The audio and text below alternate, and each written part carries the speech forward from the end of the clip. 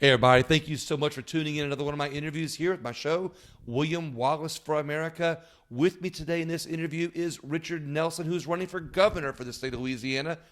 Richard, thank you so much for coming on. I really appreciate it. William, thanks for having me. But you know, what's going to be interesting about this and all the videos I'm going to do when I interview people for governor is that I want to lead an example for anybody else interviewing gubernatorial candidates and keep them positive.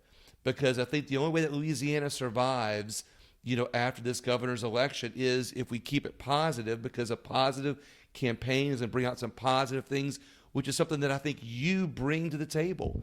Yeah, thanks. I mean, I think that Louisiana needs positive change, right? And I don't think you're going to get that by tearing everybody down.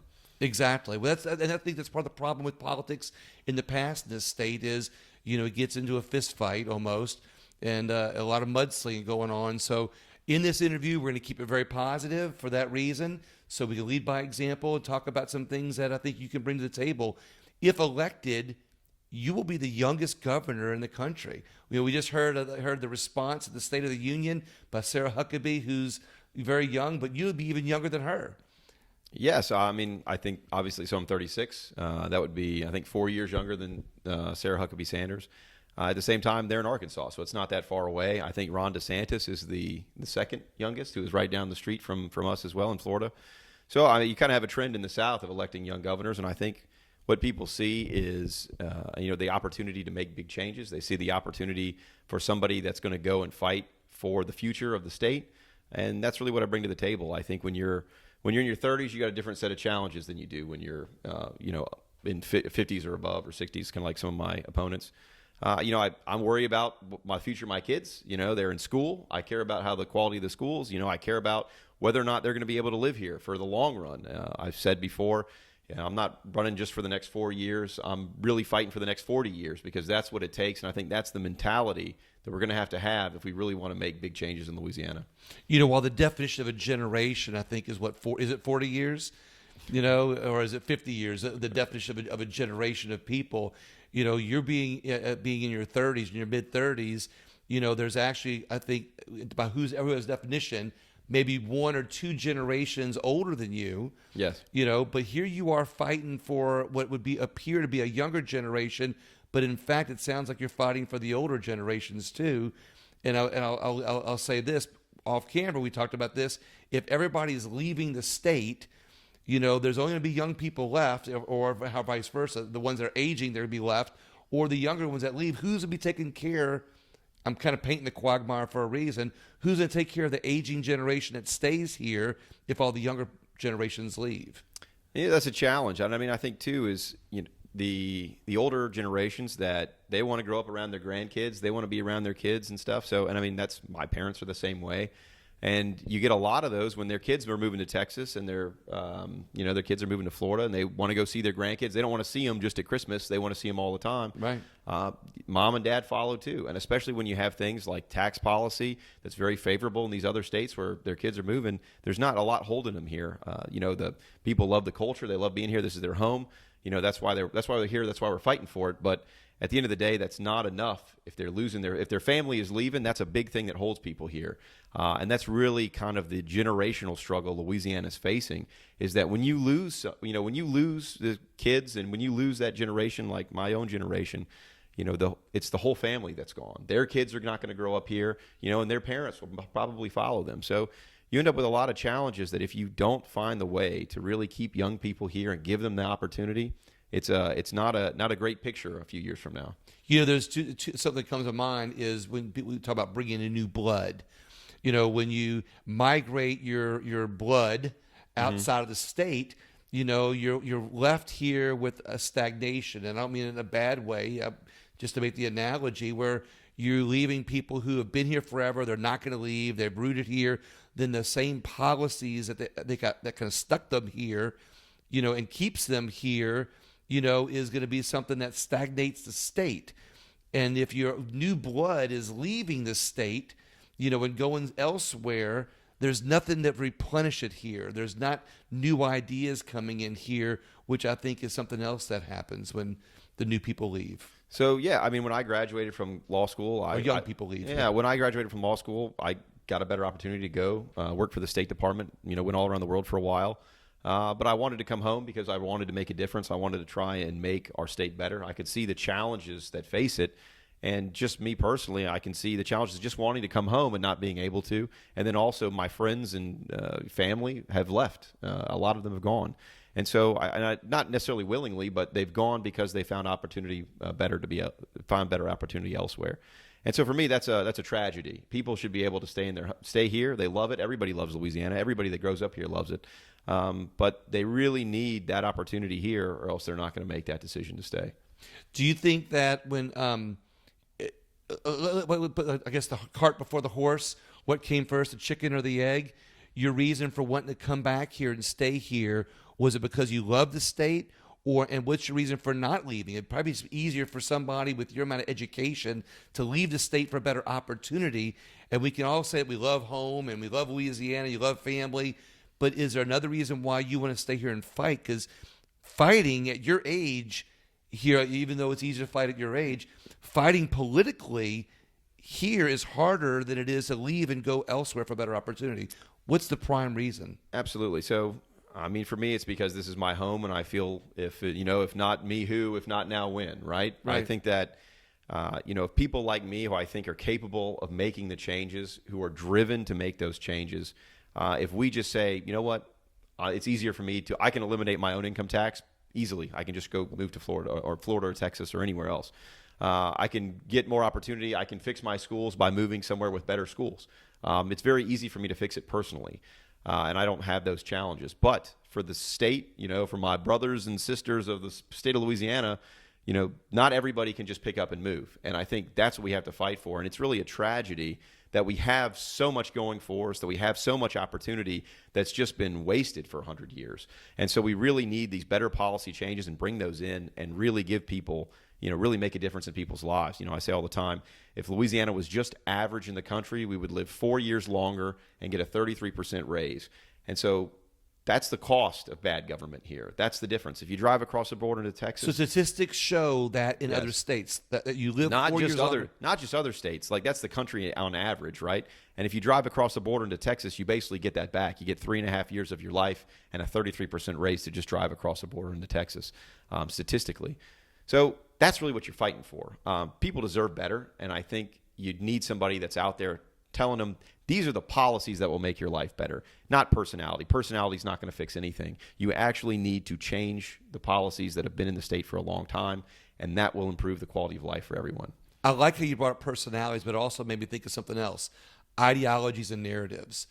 And oftentimes in past elections, ideologies and narratives win races and not sound ideas or for policy, because policy is boring. I mean, I have to admit, when I interview people at the Capitol on policy, your eyes roll in the back of your head and you kind of glaze over. You get 2 viewers, right? Two right. viewers. But when you talk narratives and you talk about, the hot topics of, no vaccine mandates and, CRT or all the hot topics, people listen in, but it doesn't really change anything, and then two sides start fighting, where when you start talking policy, out of the box thinking, which I think you're doing, the out of box thinking, and you start talking policy and how out of box thinking to create that policy can make a bigger difference for young people. I want you, one, to answer that question, but two, part two of that is you're screaming a rallying cry that younger people, I think, follow more than the older generations, although the older generations might say, hey, I want my grandkids here. Mm-hmm. So let's talk policy and how you can reach across the generational aisle, so to speak, to the older generations on why they should put a younger person here. Sure. Yeah, I think that, policy, obviously, you're right, is most people are not tuned into it. They don't care. They're busy. They're trying to feed their kids, feed their kids. They want them to get good schools and everything else. They're not worried about policy. They want somebody else to handle that. So what you have to do is package that in a policy in a way that you get people on board, right? You got to put it in terms they understand. Like when you say 4 years of your life and a 33% raise, like people can wrap their brains around that. Like, maybe tax policy isn't that sexy. we don't want to talk about it all the time. But when you can say this state next to us, who the biggest difference is that they just have a different tax policy, they live 3.5 years longer and they make 33% more money. I think people can figure that out, and they say, well, you know what, I want to get some of that, right? 33% more money. That's huge. That's a lot. That's a big. Yeah, that's a lot. So I think at the end of the day, that's it's my job. Honestly, I look at it as my job as a politician to sell those ideas, and that's everybody's job. So you can sell things that divide people. You can sell things that don't actually solve anybody's problems, and that's very easy. It's very easy because, like you said, you can talk about culture war stuff that's not going to fix anybody's problems. It's just going to divide people. It's much more difficult to sell things that are actually going to help. It's kind of like being the doctor when you come in and you tell them you got to eat right and exercise. Nobody ever wants to hear that they want to eat right. They got to eat right and exercise, and that's the only way they're going to fix their problems. And so for me as a politician, my job is to sell people on eating right and exercising. And it's a difficult job because it's not necessarily what everybody wants to hear, even if they know in their hearts that is really what needs to happen. And so that's what I aim for. I think for younger people, I think just being younger helps me because, if you are when you're looking, everybody I think connects more to somebody that looks like them or has their same ideas and especially is facing the same problems that they have, right? Like they're worried about where their kids go to school. I worry about where my kids go to school. I worry about my job. They worry about their job. That's what it is. So how am I going to pay my insurance? How am I going to pay my house note? Those kind of things. So when I'm facing all those same challenges, I think I can speak to them very effectively because I have the same problems. My dad has a good saying for it. He says this is a ham and egg situation, right? The chicken's involved, but the hog's committed. And so anyway, I'm kind of the hog in this situation. I'm committed to it because that's where all my chips are on this table. Well, what's interesting, I love that analogy. But when you start looking at the younger people, I think can connect. Like you're at that age where you're a couple years after that age when people start thinking about buying a house or having their kids, what the costs are involved. They start thinking about politics, and I think that you're able to connect, like I said, those policies with that younger way of thinking, especially the out of the box thinking. Which I want you to give in just a minute some examples of your out of the box thinking legislation that you've done. But also, I want to ask you a big question. This is one of my big questions for you. Let's do it. Everybody. Everybody says you're so young, you really just need to do your time. You really just need to have some more political experience, have some more political years under your belt, be in office a little bit longer, maybe take that next step to state senator, maybe congressman, maybe whatever. And then think about running for governor in your, 60s or 50s, whatever that ends up being. What's your answer to those people? So I'd say one. Do your time. Yeah, I'm really not that young. I'm 36, but I'm an attorney and engineer. I graduated in the top of my class in both. I spent 7 years in the Foreign Service as a diplomat and State Department officer. I came back. I've worked in the private sector. I've spent 4 years in the legislature. And I catch on quick. I know what the answer is here. I've seen that the governor is the one that needs to make these decisions, and I've seen the changes that need to happen, and they really have to be driven from that office. I think most people, if you ask them, do you think career politicians are the ones that make the best decisions and are they really working to improve things? Most people would say, I hate career politicians. And so it's kind of an interesting situation where they tell me, if somebody says I don't have enough experience, and you say, I didn't know you supported career politicians as being the answer to solving our 100 years of problems. I mean, honestly, we've had created by career politicians. We've had 100 years of politicians, so we can keep electing the same people and expecting them to do something different in the same age ranges. Exactly. Or we could say maybe we should elect somebody different who's got his own set of ideas and is especially. I'm not running for the chair. I don't care about sitting in the governor's chair. I care about the policies that will improve the lives of the people of Louisiana. And I've fought for those in the legislature, and it's a hard lift. And so you have to, you can't do it working 2 months out of the year as one of 144 in the legislature. It's something that really has to come from the governor's office, and it's the person, the politician that people actually know and relate to. And, that's where the change has to come from. So I really think, I have the experience to actually get it done, and I have the relationships in the legislature to get it done.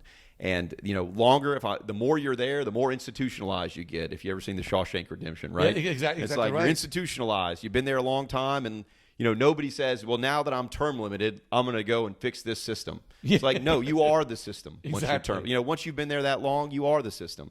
And so the opportunity is now to make the difference. And I think the longer that you are there, the more you will accept that nothing is possible. And that's where we've been for the last 100 years. There's an analogy that I like to make on some of my interviews, and I'm going to get the exact thing wrong, but you'll get the gist of it right. There's a cage of monkeys, and there's a banana. Have you heard this before? Yeah. And there's a banana hanging at the top. There's a ladder below, and a new monkey comes in, goes up. All the other monkeys beat him up. Yeah. And after this happens a couple of times, he joins the crowd, and then the new monkey comes in, and he climbs the ladder. They beat him up. And the moral of the story was that none of them really knows why you beat the monkey up for trying to get the banana. It's just the way things are always done. Yeah. Hence what happens in these legislative bodies. Yeah. And I'm not criticizing any particular, elected official or representative in any way at all. And I've seen it happen. You speak to everybody on an individual basis, but then when everybody comes together, you watch different results from what the individual stories go. So my next question for you is, one, how will you work as governor to kind of guide the legislative body in a direction that takes it out of that old thinking or that 100-year rut, we'll call it, into a new, younger way of thinking that brings fresh, new ideas into our state that keeps young people here, grows industry, grows business, and creates a set of policies to start a new direction for our state? Yeah, so I think for me, I have an advantage because I've been in the legislature for the last 4 years. I have really good relationships with my colleagues in the House, especially who we've been through a lot together over the last 4 years, and honestly, a lot of them will be moving on to the Senate in the next term. A lot of them are running for the Senate right now. And then also the ones that don't run for the Senate will be in the leadership in the House. Mm-hmm. And so I'll be in a good position where I have a good relationship existing with the legislature that I think any of my opponents don't necessarily have the same level of connection to them. And really, a lot of politics is built on relationships. People kill bills and vote for bills that really might not be something they agree with just because they like you or they don't like you. That's the reality. And so I think you really have to have a governor who has a good relationship with the legislature. We've had governors like that in the past. We've had governors that don't have a good relationship, and it's very difficult to get anything done when you don't have a good relationship with the legislature because it really is the second branch of government. You need them to pass the law. Right. The governor doesn't pass the law; the legislature does. The governor has a lot of power; they can really influence the way things go, but you really have to have relationships. And I think you don't have the truth is you get elected. If you get elected in October, you get elected in November. You don't have 4 years to build those relationships to then decide that you're going to do something big. You really got to start from day one. And if I already know all those people, I already know where they're from. I already know their wives and their kids and what they vote, how they vote on issues. It gives me an advantage to try and actually get things done. The second thing is I think the problems in Louisiana are so large that even as governor, you cannot just decide unilaterally one day that I'm going to make some of these big changes. You have to get the buy-in of the public, and the way you do that is through elections. And so you have to go spend this year as an election year selling the people on your idea, and if they elect you, then you have a mandate now to accomplish that. Mm-hmm. If you don't have that, you'll never do anything. Bobby Jindal, one day, 2 weeks before the session, decided he was going to get rid of the income tax. And guess what? Didn't go anywhere. He didn't even bring the bills to do it because It was just a non-starter. I've been talking about it for years. I've been talking about it for years to the public. I've been talking about it for years to my colleagues in the legislature. And I think if I run on that as a gubernatorial candidate, if I get elected, it will happen. It will be done. The question is that what people want? It's kind of complicated. Because, wait, are you asking if people want not to have to pay taxes? Yeah, well, it's not that easy. Well, it is. They don't want to pay the income tax. They don't want to pay any tax, and so it's really a trade-off. It's not a. If you have to do things like look at the homestead exemption, you got to look at some of these other sacred cows that have been around for a long time that you might have to change in order to get to no income tax. But that's the choice I think people should be able to make in an election: is what kind of government do I want? And honestly, if you want the status quo, there's going to be plenty of people on the stage with me that will preserve the status quo. I'm not that guy. So I'm the guy that's going to say we're going to tear it all down and we're going to build something that will actually be competitive, that will actually keep our kids here, and will change the future of the state forever. And I think you can ask my colleagues in the legislature, ask any of them, and say, do you think if Richard Nelson becomes governor, this state will ever be the same? And probably to the man or woman, they will tell you things will never be the same here. Their only question is whether or not I can win. But that's determined by the people. If the people want it to happen, it will happen, and all they have to do is vote. This is really interesting. I've never heard anybody say something like this in a lot of the interviews. You want to tear it all down, but it sounds to me like not in a bad way. Like you want to say, look, we're going to put an airbag down here. So we're going to build this big airbag, and then what we're going to do is we're going to let it fall into this, and then once it's down there, we can disassemble it and put it back together in a positive way. Is that kind of well? So we know what we have doesn't work, right? Right. We can look and see. We've continuously lost population. We are having these problems where all of our kids, our best and brightest, are all leaving the state. Louisiana, I think, has lost population for the first time in its history for the last 5 years in a row, and then you have our neighbors that are doing things different than us, and Texas and Florida have grown 6 times faster than us over the last 10 years. Because they're getting all of our citizens. That's right. And so you can look, what works, what we're doing doesn't work, but it just takes a lot of effort, energy, and actually understanding and intricate knowledge of the system and how it works in order to fix it. And so if people want that, though, that's what I'm bringing to the table, is a candidate that brings that the ability to actually change the future of the state.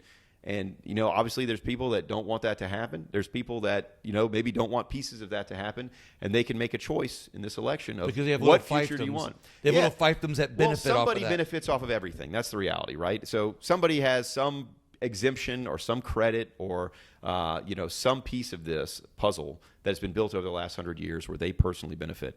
But little lock boxes. Yeah, but in reality, as a whole, as a people, we're all suffering, and everybody suffers collectively. And so if we really look at these states that are doing very well, that are being successful, like Texas and Florida, Tennessee, we can copy what they're doing well and bring it here. And then I think we will surpass them. We have more going for us. We have more resources. Right. We have more assets than they do. They just have good policy. So we really just need to import the good policy, and things will never be the same here. That's a really good point to bring up all of our resources and how much better we can do than the states around us, to where for once other states will say, hey, we want to be like Louisiana. Before I ask you about some specific things of crime and education and economy and migration and stuff like that, and specific policies that you've done in the past, I want to talk about you referred to working with the legislative body. You've got the experience, you got the relationships, but all too often we hear several dynamics in political history in Louisiana. Like everybody like, oh yeah, we got a Republican legislative body, and when we get a Republican governor, we're going to shove it down their throats. We're going to make it happen. And then we get the Republican governor, it doesn't happen, or he falls, or we get that Republican speaker, but why is he catering to this group of people? So we hear all these different dynamics. But the reality is, when you flex your muscles and don't work with other people, not give up your ideologies. I say let's work with other people, but not give up your ideologies or your beliefs. What would be your approach as a Republican governor with a Republican majority to not make Democrats feel left out of the process? What's your main approach for that? So I'm maybe some would say probably the most bipartisan member of the legislature. I vote with the Democrats when I feel like they're on the right side of an issue. I really don't see political parties. George Washington's farewell address is one of the big inspiring documents for me, and what he says the whole time: beware of political parties; they'll destroy you. Basically, you get sucked into these factional fights that don't serve the people and the common good. They serve the party, right? And you can see that around the country and not just in Louisiana. So I really, the party is insignificant to me. It doesn't make any difference. I think there's ideologies, which I would say I try to stick to the things that I believe in and fight for those. And sometimes Republicans are with me and sometimes they're not. And, I think at the end of the day in Louisiana, though, you need a supermajority of both houses to change the Constitution, to just put it on the ballot for the people. And I can tell you, just being in the legislature with almost a supermajority of Republicans in the House and a supermajority in the Senate, the Republican on Republican battles are the most brutal and the most difficult. So these ideas that we have to change the state, to move it forward, they're not really partisan. They're going to be fights on just within the Republican Party on what's the right thing to do. And not that it's all without merit, but that's going to be a difficult battle within the party about how do you move forward. So you really have to get, it's difficult to get a supermajority, even if it's all a Republican. That doesn't mean all of them are going to vote with you on everything, and we're all going to agree. So I think that the best thing you can do is, understand what people are trying to do, understand where they're coming from. Louisiana is a very diverse state. Everybody's got different interests and different ideas and different constituencies, and so you have to work with everybody to try and get that supermajority. That's the reality. You're not going to make everybody happy. That's the reality. You never will. But you're going to have to get the supermajority in both houses, or else nothing's going to happen. And I think you got to work together to get that done. Sometimes I think of things that sounds like I'm handing you something on a silver platter, but it really is more of a question, but coming from a statement, I guess you could say. So what I'm hearing, is that you're saying, hey, look, ideologically, I'm on the right. Here's where I am. I'm not going to give up my beliefs, but, I want to tear it all down together and work with everybody to build it back up in a way that everybody can benefit regardless of your party. Absolutely. And I think a lot, like I said, there's plenty of Democrats in Texas that are very successful. Probably more Democrats move to Texas every year than we have registered in Louisiana. And they also live 4 years longer and make their 33% more money. 33% more That's money. Right. So, at the end of the day, we can all get on board with this. We might have different ideas on the details and how to, exactly how to get there. But I think that we can all work together if we, have a respect for everyone and just acknowledge, we have different ideas, we have different backgrounds, but we're all working toward the same goal of improving the lives of the people of Louisiana. Not regardless everybody, of party. Yeah, not everybody feels that way. There's a lot of people that are this is them, and there's them and us, and that's it. And we're never going to talk to them. I don't believe in that, and I think that will never get us where we need to be. We're all going to have to work together if we want to get it fixed. Well, we're going to hold you to that. I like the idea you of working. Put it in the bank. Put it in the bank. I love it. So let's talk about some of your past policies and how you and using that sentiment, how you're going to be, or your top three. Let's first. What are your top three past policies? The ones that your banners that you like to wave that you've done in the past that you've been in the legislature? Yeah, so I would say the first is definitely the income tax. I think that is getting rid of the income tax and restructuring the tax system to give more power to local governments to raise and spend money. I think that's one of the fundamental challenges that we have to address. I think that is something that will create opportunity here, that will allow local governments to fix the things that really matter to people. Things like crime and education, roads, drainage. These things are things that are generally handled on the local level. These are really local problems. They're not state level problems. And so if you don't have a government where, your city or your parish can solve those for you, you're really at the mercy of the state to come in and fix it, which doesn't do effectively, and that's what we've seen for the last 100 years. Also, is if you don't have a competitive tax policy, even companies that are here will get up and leave, and we've seen that. They continuously move to Texas or Florida, these other states. So I think that is the biggest single change that you can do. Competitive tax policy, sorry to interrupt you, without giving up the bank. Or without giving, Yeah, you have to fund the essential, you have to fund the essential functions of government, right? So you have to be able to do that. The question is just, is it more effectively done locally so that your tax dollars fix your problems, or is it better to send it all to Baton Rouge and hope that state government one day will return that money, to your community, to your city, so that it fixes it? And we've seen that doesn't really happen. And so I think that those two sides of that coin, both the centralization of power and the competitiveness of the tax structure, can be fixed through a comprehensive tax reform that includes the elimination of the income tax. The second thing I think is education. That's something that's very, I think, fundamental, another fundamental problem that we face. Our kids, about half of our kids can't read on grade level. You had a policy for that, yes. Some legislation for that last session. Yeah, it was killed. It died in the Senate. So that was basically to say that if you can't read in third grade, you'd be held back and given additional interventions so that you can read before you are passed up. And that's been shown in states like Mississippi and Florida that had very poor education systems, very similar to us, and they have very similar challenges of poverty and lack of opportunity. Very similar challenges that have completely turned around. Mississippi in 2013, when they passed that bill, were number 49th in fourth grade reading. So they were below us, and now they're 21st. And so we're still stuck at the bottom, and they've kind of skyrocketed to the top, generally driven by that policy. And it was really copied off of Florida, which in the 1990s was in the bottom, with Louisiana, kind of in the bottom. And what's interesting is that the naysayers on that bill, what they'll tell you is, well, you're leaving children behind, and you're going to hurt, children that are maybe are low-income families or, that don't have access to good education. But what I think it does is, from reading the bill and being aware of it, is that it almost forces the educational system to get ahead of the game and do the right things so children aren't being left behind, and create policies that back it up, like school choice and everything. Yeah, so it really puts everybody on the same page. The kids, the teachers, the parents, the school systems, the Department of Education. It says, listen, we're all working toward the goal of making sure that a kid, when he finishes third grade, can read. And if we fail at that, then we're going to make sure that we don't pass that problem up, right? Right. We're going to hold ourselves accountable for that. And I think that's why it's been so effective in states like Mississippi.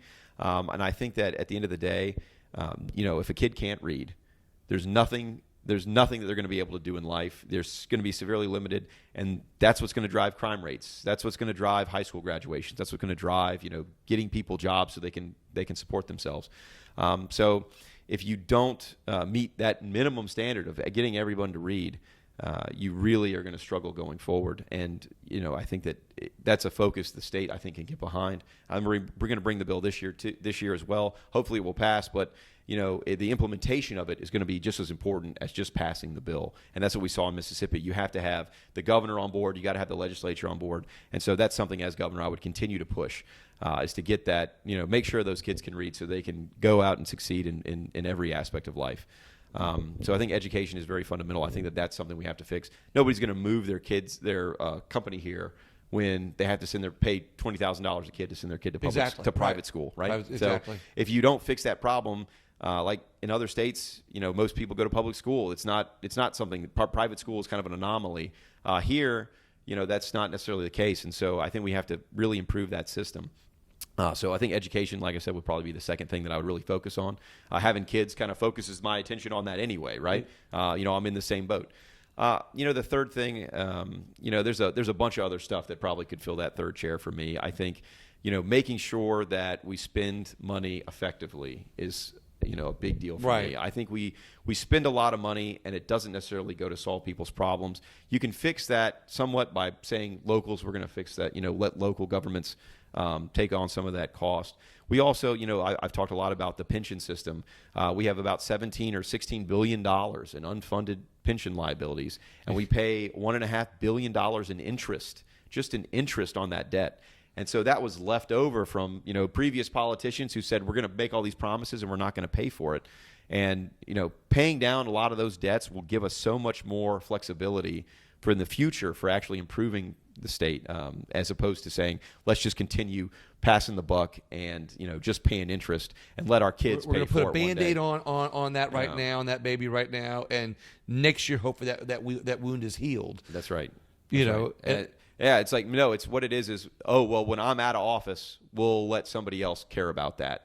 And that's going to be my kids or my grandkids will pay that off. And I'll tell you what, if you don't have a successful state that's attracting people and growing your population, that $17 billion in debt gets spread over a smaller and smaller number of people. Yeah, exactly. And it becomes more and more per capita, which becomes more and that more difficult 33% elsewhere becomes 80% elsewhere, 75% elsewhere, because the more that burden is passed on the less people here, like you said. Yeah, and so much of your money just becomes you're just paying off debts instead of actually helping, fixing roads or fixing schools or doing whatever. Well, I like how you've talked about crime being a local issue, and I like how you said, look, that can't be the focus on a state level. Of course, that becomes one of those hot topics that becomes a get people elected kind of thing. But your focus on education, state sales tax, and economy, I don't want to say bleeds down into the local communities, but when the state's doing better and more people are moving in and everybody's getting that 33% income, the local economies will do a lot better, and crime will naturally go down. Yeah, you have to look like that. I think there's on crime. I think there's 2 points, right? One is kind of the immediate problem that we have. So we have this crime surge going on right now. How do you address that? And the second is really addressing kind of the long-term drivers of crime. And so I think when a kid can read, when he can get a good job, when he can get a good wage, they're not going out and breaking into cars and carjacking people. That doesn't happen. People that have a good job and had a good education, like generally that doesn't happen. And I think that's the systemic thing that Louisiana has kind of failed at for a long time. But in the immediate term, like as governor, you're in charge of the state police. The state police, I think they told me the other day, has one of its lowest active duty trooper levels ever right now, and we're in the middle of this huge crime surge. So I think that you can look at places like New Orleans and Baton Rouge, Shreveport, that are really suffering under high crime, and you can say this merits a state response. Like it's a problem beyond the control of New Orleans or Baton Rouge or Shreveport, and I think that you could say, why don't we use some of those state troopers? Why don't you focus them on increase recruiting and go and focus some of those guys to actually give a presence of law and order, because that's really what stops. Like, we don't want to just punish people, right? We want to stop crime before it happens. When you have the cop car on the corner, generally nobody's breaking in all the cars on the street, right? But I mean, I go to New Orleans all the time. I very rarely see a police officer. Like, there's just not enough of them. Exactly. And so I think the state has a role. If it was a hurricane, we would have all kinds of resources mobilized to go help. New Orleans has talked about bringing the National Guard down there. Yeah. Now, not necessarily to police or to be weaponized, so to speak, but they've talked about bringing the National Guard to places to do the paperwork that a lot of the officers are getting stuck in the offices doing, to be the back support kind of thing. Is that something that could be a possibility? Yeah, I mean, I think the state police is probably better focused. I think that what you want is the visibility of having the police out there. So whatever you can do to get that, if the National Guard can do the backroom functions, like, that's great. I think it's really one of those things, though, where you got to get ahead of it and just kind of clamp down. That's the only way you're going to stop this crime cycle that we're in right now. You can't just wait and hope that it goes away. Otherwise, I think it's going to overwhelm you. While other gubernatorial candidates have their own strengths that they can hang their hat on, it sounds to me like that the youth and that youthful thinking and that out of the box thinking is where you want to hang your hat. Is there anything else you think you can bring to the table besides what you've talked about? I just think my brand. Yes, it's young and it's energy and new ideas, but I think it's really bipartisan solutions. Like, let's talk about what works. Let's talk about what's the real problem here and how to fix it, and not just talking points. Everybody wants everyone wants to cut taxes and bring jobs and all those good things. It's like, how are you actually going to do it? And I can tell you, I've been in the legislature now for 4 years. I've done all the things that I'm talking about are things that I've done in the legislature that I would say that it needs to be governor in order to get done. The dinosaurs have stopped, or the dinosaur thinking has stopped. Yeah, that's right. So I mean, you're fighting inertia is the most powerful force in politics. It's much easier to do nothing. It always is. And you can say, it was broke when I got here, it's going to be broke when I left or when I leave. I just don't accept that. That's a waste of my time. I want to actually fix the problem, or else there's no point in me being here. I don't come just for the cocktail parties. It's a waste of my time. So when elected, what would be your top three actions that you would do? Top three actions. Yeah, no, I would, I was focused, definitely in my first year, I would focus all my effort and energy in the tax reform piece. I've set up a lot of the foundation for that. I would call a special session and I would, kick off that tax reform change. Getting rid of the income tax, I think it responsibly will take at least a 4-year phase out. So you're going to have to do that early, or else it'll, you got to get that battleship turning, or else you're never going to get there. I think that would be one of the first things I would do. The second would be the education system, to really focus, figure out how are we going to attract the highest quality teachers, how are we going to be able to pay them the wages we need, how are we going to get them to stay here. I think, how are we going to build the educational structure that we need that's going to make, teach kids the basics. That's what we're failing in, reading, writing, arithmetic. And that's what I've focused on in the legislature. That's what I would focus on as well. So I think those two things, definitely my first year would be big.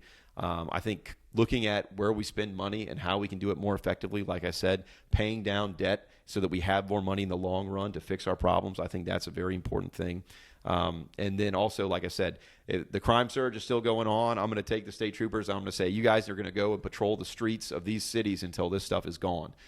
Because I don't think that if you have that police presence, that's something you can do on day one, is you can send the troopers down there and say, we're going to do this. And I think that you can really clamp down on some of that crime and really break that cycle and make people feel a lot safer. I love this. I love some of these youthful ideas.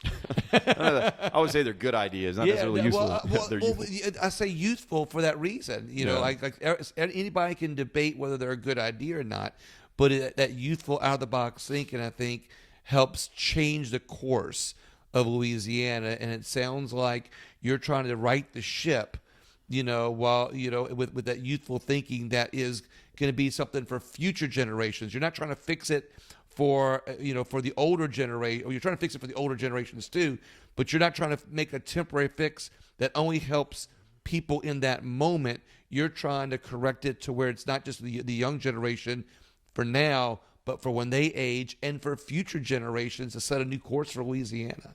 Absolutely. I mean, that's the theme, right? And I think at the end of the day, like I said, I think if I win, the issue will be whether or not I can win. It's not going to be whether or not the whole state will be different if I do.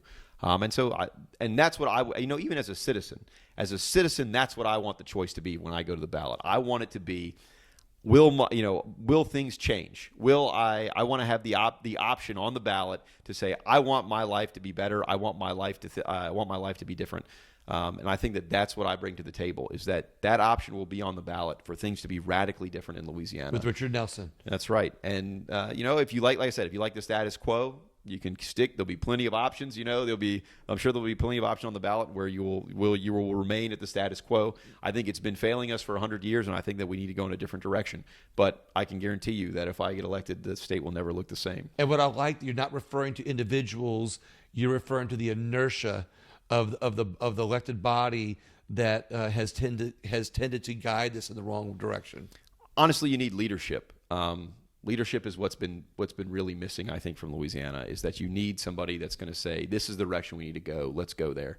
Otherwise, we're not going to fix the problems that we have. And it's difficult because we have so many problems to say, what's the most important thing? Where do we go with this? But I think I'm in a good place from having served in the legislature, of being really exposed and done a deep dive in these things to know where we need to go. And so the next step is just getting. And not to forget that worldwide international experience with the State Department. Yeah, I think that what that does is it gives me perspective that things can be different. And honestly, just the impact that government is the difference, right?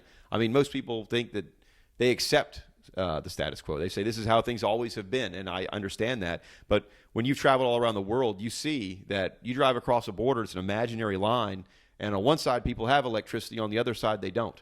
And it's the only difference, geography is the same, the people are essentially the same. It's really just the government that one is under that makes that big difference. And it's the same thing in Louisiana. It's the same thing in the United States. So I'm trying to blur those lines somewhat between our successful neighbors and ourselves, so that we can actually make people's lives better. Live 4 years longer and make 33% more money. That's right. Representative Nelson, I want to thank you very much for your time. Thanks, William. I really appreciate it. And look, I tell you what, I want everybody to look into you some more.